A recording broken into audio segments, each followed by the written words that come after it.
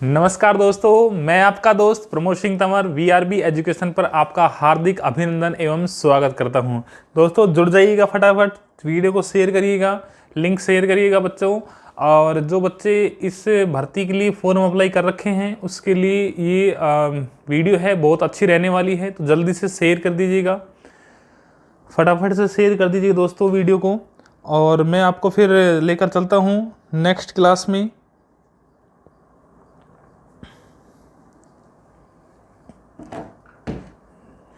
जुड़ जाओ भाई, जुड़ जाओ, फटाफट जुड़ जाओ। टॉपिक आपका चल रहा था दोस्तों, टॉपिक आपका चल रहा था कौन सा टॉपिक चल रहा था आपका?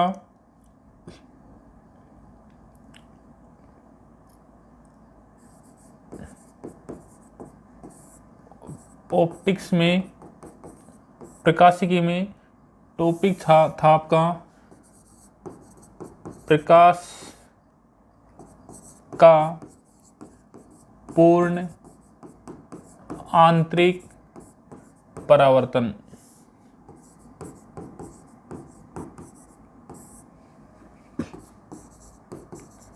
Total internal reflection in light of light. ठीक है दोस्तों, जुड़ जाओ फटाफट, लिंक को शेयर करिएगा फटाफट। दोस्तों आपका जो है ऑप्टिक्स चैप्टर चल रहा था, ऑप्टिक्स के अंदर नेक्स्ट जो आपका टॉपिक होने वाला है वो है आपका प्रकाश का पूर्ण आंतरिक परावर्तन, टोटल इंटरनल रिफ्लेक्शन। इसको बोलते हैं दोस्तों TIR। क्या बोलते हैं? TIR बोलते हैं इसको। ठीक है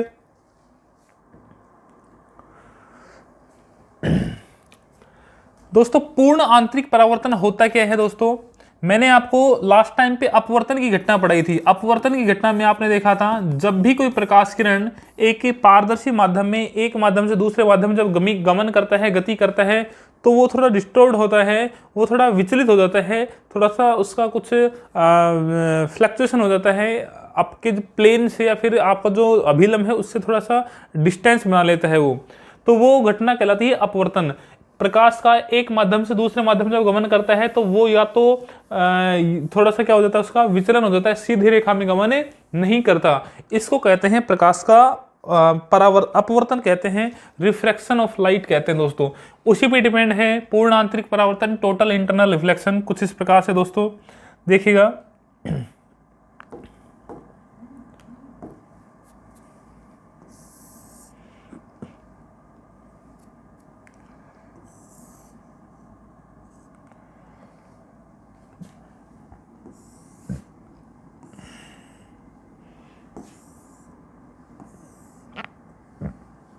तीन घटना लेकर चल रहा हूं मैं।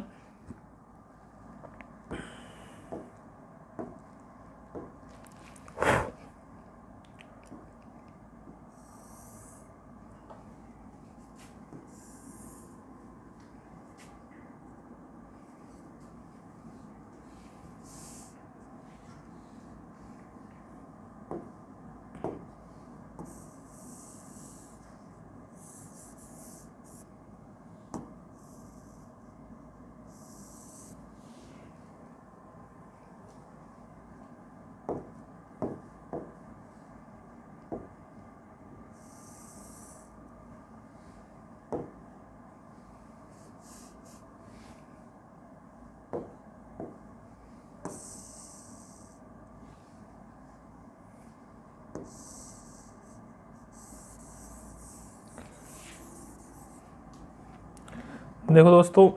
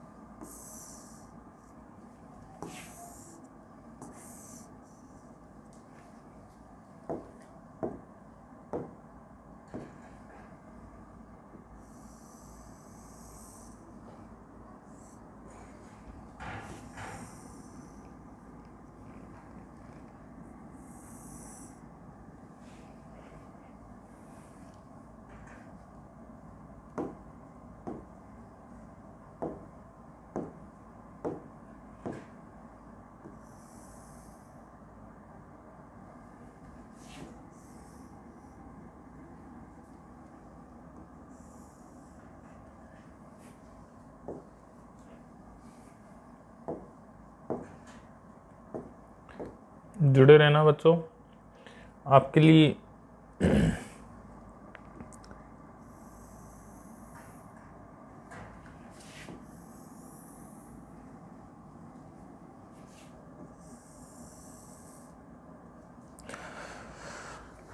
देखो दोस्तों, मैं आपके लिए जो है पूर्ण आंतरिक परावर्तन को समझाने की कोशिश कर रहा हूं। आपको इसको अच्छे से समझने की कोशिश करना है दोस्तों। देखो, ये घटना है, नंबर चित्र नंबर 1 है, ये 2 है और ये है जो 3 नंबर का फिगर है। ठीक है, इसमें देखिएगा, ये दोस्तों ये TIR की घटना तभी संभव है जब प्रकाश सघन माध्यम से विरल माध्यम में आ रहा हो। सघन माध्यम से विरल माध्यम में आ रहा हो तभी यह घटना ठीक हो पाएगी, तभी इस घटना को आप समझ पाओगे। जब प्रकाश किरण सघन माध्यम से विरल माध्यम में आता है दोस्तों, जब प्रकाश किरण किसी सघन माध्यम से विरल माध्यम में आता है तो क्या होता है, सघन माध्यम से जब विरल माध्यम में आता है तो प्रकाश अभिक्रिया जो अभिलंब है उससे थोड़ा सा दूर जाता है। ठीक है, अभिलंब से दूर जाता है। तो इसमें क्या होगा, जब प्रकाश किरण सघन माध्यम से विरल माध्यम में जाएगी तो कुछ इस प्रकार से ये दूर जाएगी दोस्तों। ठीक है, मैंने आपको अपवर्तन घटना में पढ़ाया था, जब प्रकाश किरण किसी सघन माध्यम से विरल माध्यम में जाता है तो अभिलंब से दूर जाता है। दूसरे नंबर डायग्राम में देखा आपने कि जब ये है दोस्तों आपतन कोण आई। ठीक है, इस इंसिडेंट एंगल को यदि और बढ़ा देते हैं, आपतन कोण का मान यदि और बढ़ा देते हैं तो क्या होगा, इस आपतन कोण का मान बढ़ाने से जो अपवर्तित किरण है ये सीधी इस प्रकार से जानी चाहिए थी, जबकि जाएगी नहीं। क्यों नहीं जाएगी, क्योंकि हमने पढ़ रखा है जब प्रकाश किरण सघन माध्यम से विरल माध्यम में जाती है तो अभिक्रिया अभिलंब से दूर जाती है। लेकिन इसमें क्या होगा, जब प्रकाश किरण आएगी तो वो एक पारदर्शी माध्यम में जाती हैं तो वो अपवर्तित होकर वो उसका कुछ विचलन हो जाता है और इस कंडीशन में जब सघन से विरल में जाएगी तो अभिलंब से दूर चली जाएगी। इस कंडीशन में क्या होगा, मान लो इस अपवर्तन कोण आपतित जो किरण है इसको थोड़ा सा एंगल के बढ़ा दिया जाए, इस आपतन कोण का मान बढ़ा दिया जाए, इसकी बजाय इसमें बढ़ा दिया जाए, तो ये अपवर्तित किरण अब यहां ना रहकर ये अपवर्तित, भाई इसका मान हमने और बढ़ा दिया, इस आपतन कोण का मान इतना बढ़ा दिया कि ये अपवर्तित किरण ऊपर उठकर और इस प्रकार से चली गई, ऊपर उठकर और कुछ इस प्रकार से चली गई दोस्तों। ठीक है, ऊपर उठकर कुछ इस प्रकार से चली गई। ठीक है, तो हमने देखा कि जब प्रकाश किरण सघन माध्यम से विरल माध्यम में जाती है तो वो सीधी जानी चाहिए थी, जाएगी नहीं, उसका कुछ विचलन होगा, अभिलंब से दूर चली जाएगी।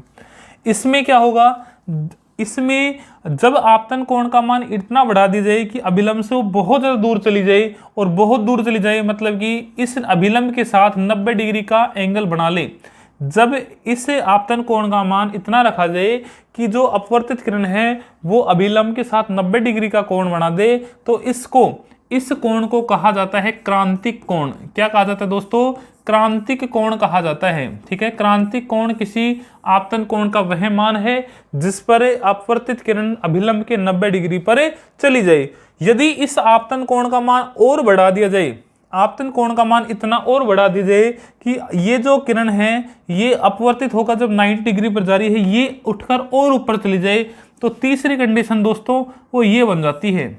ठीक है, तीसरी कंडीशन ये बन जाती है, ये कोण आई था, ये कोण कौन से जाएगा, रिफ्लेक्टिव एंगल। ये दोस्तों परावर्तन की घटना आ गई, किसी घटना आ गई, परावर्तन की घटना आ गई। और घटना स्टार्ट कहाँ से की थी हमने, वो की थी किससे, अपवर्तन की घटना से। अपवर्तन की घटना से पूरा का पूरा इंटरनल ही क्या हो जाए, परावर्तन हो जाए। इस घटना को पूरी को कहा जाता है पूर्ण आंतरिक परावर्तन। पूर्ण आंतरिक परावर्तन में हमने अपवर्तन की घटना से स्टार्ट किया था, परावर्तन पे खत्म कर दिया हमने। दूसरी बात, इस घटना के लिए जरूरी है कि माध्यम सघन माध्यम से प्रकाश किस माध्यम में आना चाहिए, विरल माध्यम में आना चाहिए, तभी ये घटना संभव हो पाएगी। ठीक है, तभी ये घटना संभव हो पाएगी। इस कंडीशन में जो है कि अभी ये जो रेज है, जो प्रकाश किरण है, वो इस प्रकार से एक क्रांतिक कोण बनाते हुए, और तीसरी घटना रिफ्लेक्शन की जो होती है, परावर्तन की, उस पर कंप्लीट होती है। अब इस पर एग्जाम्पल क्या क्या बनते हैं दोस्तों, ये है पूर्ण आंतरिक परावर्तन। एग्जाम्पल क्या होंगे, इसकी घटनाएं क्या होंगी, घटनाएं क्या होंगी इसकी दोस्तों, घटनाएं होंगी इसकी चमकने वाली घटना, चमकने वाली घटना। चमकने वाली घटनाएं कौन कौन सी दोस्तों? चमकने वाली घटना कौन कौन सी हो सकती हैं? चमकने वाली घटना होंगी, चमकने वाली घटनाएं कौन कौन सी होंगी दोस्तों? वो होंगी आपकी हीरे का चमकना, हीरे का चमकना। दूसरी घटना होगी आपकी, जैसे हीरे का चमकना बताया मैंने, चमकने वाली घटना है, ये TIR पर काम करती है, ठीक है। मृग मरीचिका, मृग मरीचिका या फिर मृग तृष्णा, मृग तृष्णा का दिखना, मृग मरीचिका का दिखना या फिर मृग तृष्णा का दिखना। और क्या क्या हो सकते हैं दोस्तों? शीशे में, शीशे में आई दरार का, शीशे में आई दरार का चमकना, शीशे में आई दरार का चमकना, ठीक है। हीरे का चमकना, मृग मरीचिका या मृग तृष्णा का चमकना, शीशे में आई दरार का चमकना, ठीक है दोस्तों। और घटना क्या हो जाएगी दोस्तों इसकी? इसका हो जाएगा प्रकाशिक तंतु का, प्रकाशिक तंतु, ऑप्टिकल फाइबर, ऑप्टिकल फाइबर, प्रकाशिक तंतु का चमकना, ठीक है। ये सारी की सारी जो घटनाएं हैं वो TIR पे घटनाओं पे डिपेंड है दोस्तों। TIR घटना बोलती है चमकने वाली जितने भी घटनाएं हैं वो मैं करूंगी, वो मेरी वजह से होता है दोस्तों, ठीक है। तो आपका हो जाएगा हीरे का चमकना, मृग मरीचिका, मृग तृष्णा का दिखाई देना, चमकना। दोस्तों क्या होता है हीरे में, इसमें इसका अपवर्तनांक 2.42 होता है। प्रकाश जो होता है वो इसके अंदर घुस तो जाता है, निकल नहीं पाता, वो टकराकर अंदर ही अंदर घूमता रहता है। घटना वो TIR की होती है, लेकिन हीरे का चमकनार होना वो कुछ अपवर्तनांक की भी घटना है, ठीक है। दूसरा है मृग मरीचिका या मृग तृष्णा का दिखना। इसमें क्या दोस्तों क्या होता है, रेगिस्तान जो होता है, इस सड़क के ऊपर पानी भरा हुआ जो दिखता है आपको, वो मृग तृष्णा है, मिराज है वो मृग तृष्णा, ठीक है। और दोस्तों आपने देखा होगा रेगिस्तान में ऐसी घटना सुना होगा आपने, देखा भी हो सकता है, आपने देखा भी होगा, जो रेगिस्तान के अंदर पेड़ पौधे होते हैं वो उल्टे दिखाई देते हैं, ठीक है। ऐसा क्यों होता है? ऐसा इसलिए होता है क्योंकि वहां पे हमें पानी भरा दिखाई देता है। कम घनत्व वाला जो कम घनत्व जो हवाएं होती हैं वो ह्यूमिडिटी की वजह से वो थोड़ा ऊपर होती है, उसमें बीच में लेयर बन जाती हैं दोस्तों। और वो जो मिराज दिखता है, मृग तृष्णा दिखता है, वो किसकी घटना है? TIR घटना है। जब पानी भरा हुआ दिखाई देगा तो पानी में पेड़ की जो छाया है, परछाई है, वो भी आपको उल्टी इमेज दिखाई देगी। जो मिरर इमेज है वो और वाटर इमेज दोनों में डिफरेंस होता है दोस्तों। वाटर इमेज जो होती है वो उल्टी दिखाई देती है। फिर है शीशे में आई हुई दरार का चमकना। जो शीशे में दरार आ जाती है, उस शीशे में ब्रेक हो जाता है, तो दूर से चमकने के ऊपर, गाड़ी के शीशे आपने देखे होंगे, उसमें जब दरार आ जाती है तो सामने जो है खड़ा व्यक्ति उसको देखेगा तो उसको चमकती हुई दिखाई देगी। घटनाएं कौन सी हैं? TIR की घटना है। फिर नेक्स्ट घटना है आपके प्रकाशिक तंतु किस सिद्धांत पे काम करता है दोस्तों? इंपोर्टेंट क्वेश्चन है दोस्तों, छपेगा। ऑप्टिकल फाइबर्स, प्रकाशिक तंतु किस सिद्धांत पे काम करता है दोस्तों? तो वो भी किस पे करता है? TIR की घटना पे काम में करता है। फिर चलते हैं हमें नेक्स्ट घटना पर। नेक्स्ट घटना हो जाएगी अपनी कौन सी दोस्तों? प्रकाश का वर्ण विक्षेपण, प्रकाश का वर्ण विक्षेपण, ठीक है। Dispersion of light. प्रकाश का वर्ण विक्षेपण क्या बोलता है दोस्तों? प्रकाश का वर्ण विक्षेपण बोलता है जब प्रकाश किरण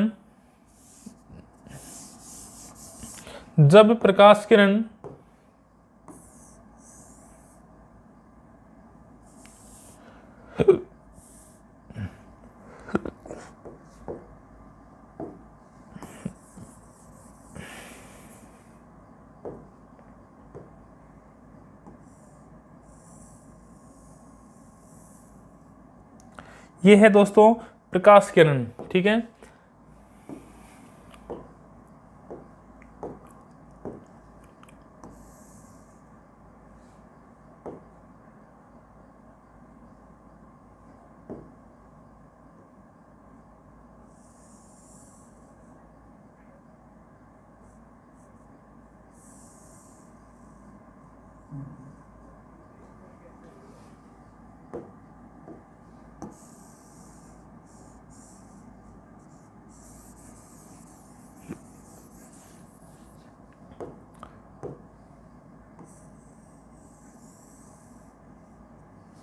ये कोई प्रिज्म है दोस्तों, इस प्रिज्म में हम प्रकाश किरण गुजारेंगे और प्रकाश किरण गुजारेंगे कुछ इस प्रकार से।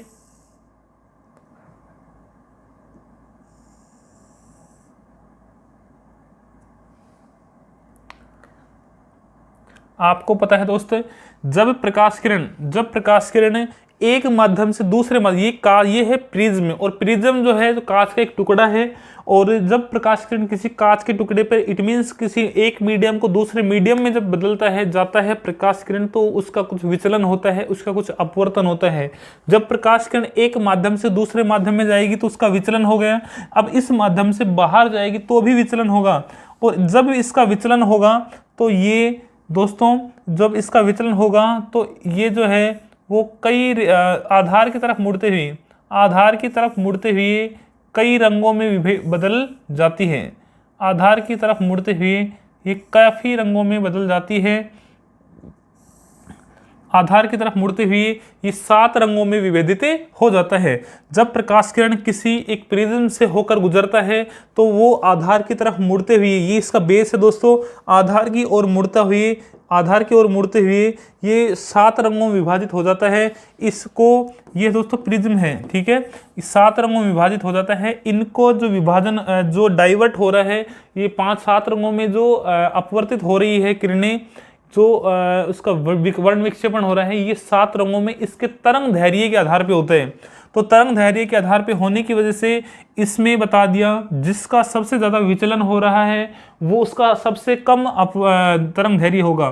तो इनका जो सीरियल है दोस्तों, वो इनका सीरियल कौन सा हो जाएगा? इनका सीरियल है VIBGYOR, ये इनका सीरियल है दोस्तों। इसको मैं हिंदी में भी लिख सकते, विबग्योर, इसको बोलते हैं विबग्योर, और इसको हिंदी में कहते हैं बेनी आ है पीनाला। ठीक है दोस्तों, कुछ इस प्रकार से है, बेनी आ है पीनाला, ठीक है। तो इसकी ट्रिक हो जाएगी आपकी तरंग दैर्घ्य के बढ़ते हुए क्रम में। ये क्रम कैसा है? इसका क्रम क्या है? क्रम तरंग दैर्घ्य का बढ़ता क्रम, तरंग दैर्घ्य का बढ़ता हुआ क्रम। बढ़ता हुआ क्रम क्या हो जाएगा? VIBGYOR, VIBGYOR. ये तरंग दैर्घ्य क्या हो जाएगा दोस्तों? बढ़ता हुआ क्रम हो जाएगा। इसको हिंदी में कहेंगे बेनी आ है पीनाला, बेनी आ है पीनाला। ये तरंग दैर्घ्य क्या हो जाएगा दोस्तों? बढ़ता हुआ क्रम हो जाएगा। तो जब प्रिज्म, इसको लिखते रहने का दोस्तों, प्रकाश का वर्ण विक्षेपण में लिखना है आपको। जब प्रकाश किरण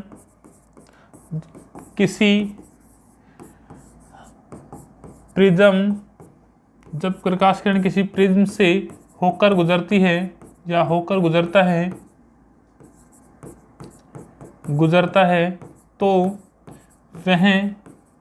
तो वह आधार की ओर मुड़ते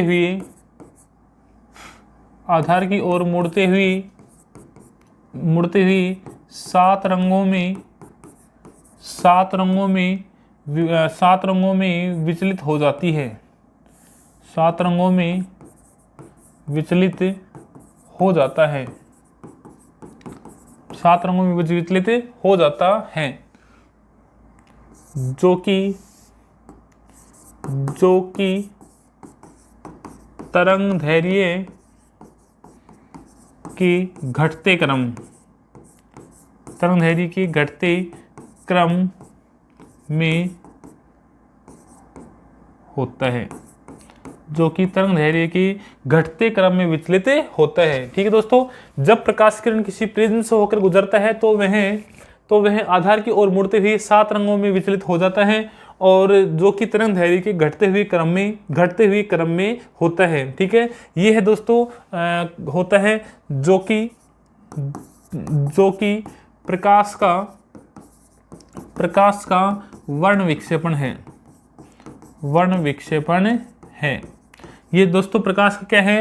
ये दोस्तों प्रकाश का है वर्ण विक्षेपण। ठीक है दोस्तों, वर्ण विक्षेपण है प्रकाश का। ठीक है, अब ये है इसमें। अब बात करें हम सबसे ज़्यादा सबसे ज़्यादा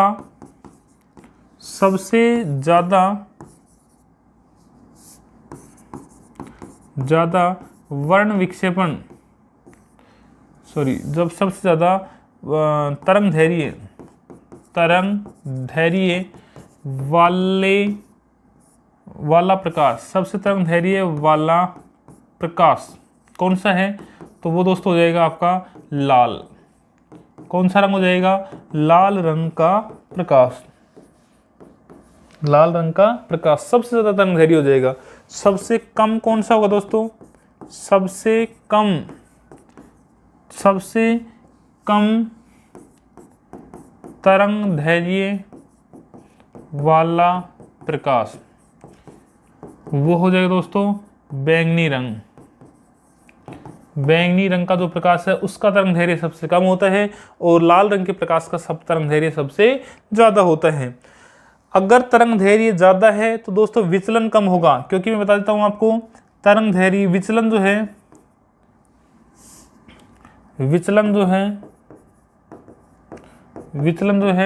तरंग धैर्य का उल्टा चलता है दोस्तों। तरंग धैर्य क्या चलता है दोस्तों? उल्टा चलता है। अगर तरंग धैर्य ज्यादा होगा तो विचलन कम होगा और विचलन ज्यादा होगा तरंग धैर्य कम होगा। लाल रंग का प्रकाश का तरंग धैर्य ज्यादा होने की वजह से उसका विचलन कम होता है। इट मीन्स वो दूर तक आसानी से पहुंच जाता है। यही तो कारण है कि सूर्य उदय और सूर्य अस्त के टाइम पे सूर्य का लाल दिखाई देना, क्योंकि उसका तरंग धैर्य क्या होता है? ज्यादा होता है। ठीक है दोस्तों, ये हो गया आपका वर्ण विक्षेपण की घटना। अब वर्ण विक्षेपण की घटना के ऊपर डिपेंड ही आपने देखा होगा कि इंद्रधनुष जो बनता है वो कैसे बनता है? रेनबो जो बनता है दोस्तों कैसे बनता है वो? तो इंद्रधनुष का जो बनना है वो है आपका किसकी घटना है? तो हम लिख सकते हैं इसकी इंद्रधनुष अपवर्तन परावर्तन तथा अपवर्तन परावर्तन पूर्ण आंतरिक परावर्तन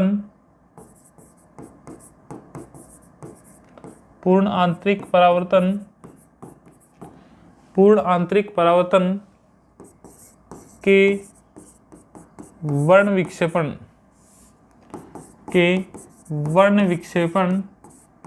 का सबसे अच्छा उदाहरण है।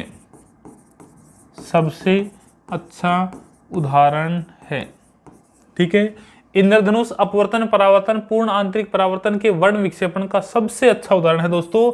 क्योंकि वर्ण विक्षेपण इसलिए बोल रहा हूं मैं क्योंकि इंद्रधनुष में भी 7 रंग दिखाई देते हैं। इंद्रधनुष जो होते हैं वो 2 प्रकार के होते हैं दोस्तों। इंद्रधनुष 2 प्रकार के होते हैं। इंद्रधनुष 2 प्रकार से बनते हैं। 2 प्रकार से इंद्रधनुष बनते हैं दोस्तों। ठीक है, इंद्रधनुष 2 प्रकार से बनते हैं और इंद्रधनुष के लिए मैं बता देता हूं आपको कि इंद्रधनुष जो है वो 2 प्रकार से तो बनता है, लेकिन इंद्रधनुष बनने के लिए जरूरी है कि पीठ के पीछे अपना सूरज होना चाहिए। दोपहर के 12 बजे कभी भी इंद्रधनुष नहीं बन सकता। पीठ के पीछे सूरज होना चाहिए और सामने जो है कि मौसम थोड़ा सा ह्यूमिडिटी होनी चाहिए या फिर बारिश के टाइम बन सकता है। उसके लिए पानी की बूंदें जरूरी होती हैं वायुमंडल में देखने के लिए। ठीक है, तो इंद्रधनुष 2 प्रकार के होते हैं। एक होता है प्राइमरी रेनबो, प्राथमिक इंद्रधनुष। एक होता है प्राथमिक इंद्रधनुष। इसको बोलते हैं दोस्तों प्राइमरी रेनबो। और दूसरा होता है दोस्तों द्वितीयक इंद्रधनुष।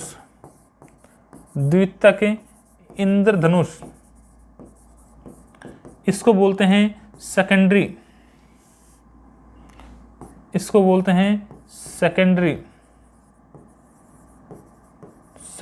रेनबो। प्राइमरी रेनबो और सेकेंडरी रेनबो फर्क क्या है दोस्तों? प्राथमिक इंद्रधनुष में दोस्तों मैं लिख देता हूं, प्राथमिक में पहले में लिखता हूं, इसमें 2 बार अपवर्तन,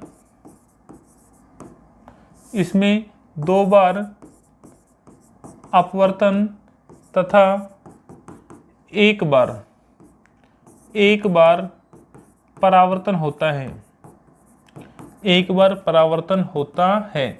इस इंद्रधनुष में 2 बार अपवर्तन तथा 1 बार परावर्तन होता है। ठीक है, 1 बार परावर्तन होता है तथा इसमें बाहर की ओर लाल रंग, जबकि अंदर की ओर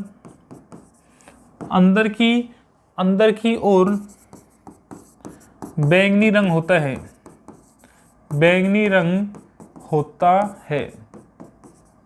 ठीक है दोस्तों, इसमें 2 बार अपवर्तन 1 बार परावर्तन होता है और जो है कि इसमें बाहर की ओर लाल रंग होता है दोस्तों। बाहर की ओर कैसा रंग होता है? लाल रंग। जैसे मैं बात करूं इंद्रधनुष, मान लो ये बाहर के रंग कैसा होता है? ये लाल रंग होता है और अंदर की ओर कैसा होता है दोस्तों? अंदर की ओर होता है आपका बैंगनी रंग। इसके अंदर आपके बाकी के जो 5 कलर हैं वो कुछ 5 कलर इस प्रकार से होते हैं। ये है आपका प्राइमरी रेनबो। ठीक है दोस्तों, फिर चलते हैं हम, आपका जो दूसरा रेनबो है वो है आपकी सेकेंडरी रेनबो। और जो सेकेंडरी रेनबो जो है द्वितीयक इंद्रधनुष, उसमें क्या होता है? इसमें कौन से में? द्वितीयक इंद्रधनुष में इसमें 2 बार अपवर्तन तथा 2 बार ही परावर्तन, 2 बार अपवर्तन तथा 2 बार ही परावर्तन होता है। 2 बार अपवर्तन तथा 2 बार ही अपवर्तन होता है। 2 बार अपवर्तन होता है तथा 2 बार ही परावर्तन होता है। 2 बार अपवर्तन तथा 2 बार परावर्तन होता है। अब चलते हैं कि इसमें बाहर की ओर कौन सा कलर होगा? तो इसमें बाहर की ओर बैंगनी रंग, तथा अंदर की ओर